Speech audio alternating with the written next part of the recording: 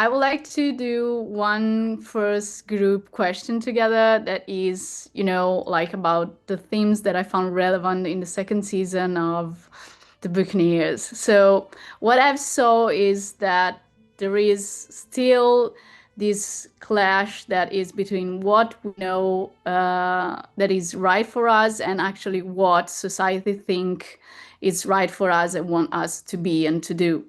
So I would like to ask you, how does this reflects on your characters and Ginny, Guy, and Lord James? Yeah, well, I think, all of the characters are heavily influenced around society and societal pressures, and how important it was to get married, and I think that's a big drive, definitely behind my character, is that expectation to do that, and if not, you failed, and you kind of would do anything and get yourself in these situations, I guess, that wouldn't have happened if you were able to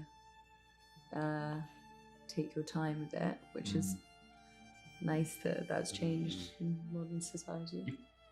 Yeah, I think it's like they're all dealing with a certain type of expectation.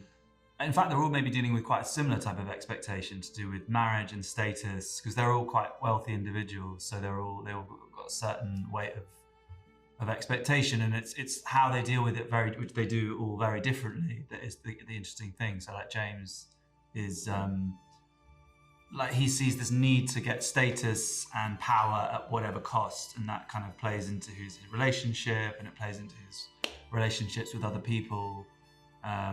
And he sort of chooses to take quite a lot of ruthless, unpleasant decisions in order to deal with that weight of expectation. And I think it's interesting how different people deal with the same kind of situation. It's what shows them who they are.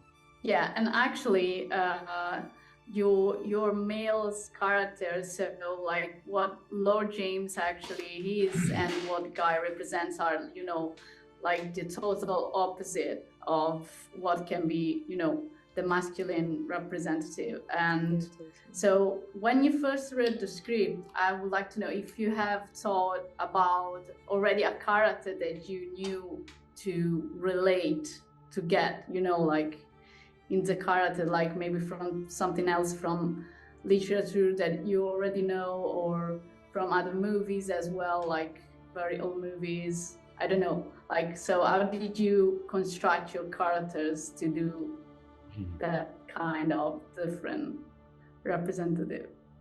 I didn't really use another character as inspiration. I think all things you watch inspire you in ways you probably aren't conscious of.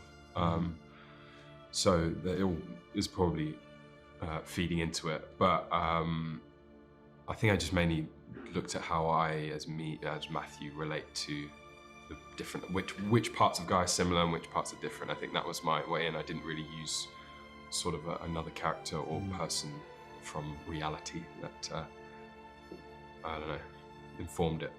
But yeah. Same. Yeah, I'd say same. But I mean, you always watch films like Little Women and kind of things that get you in the vibe of the era, and you're like, okay.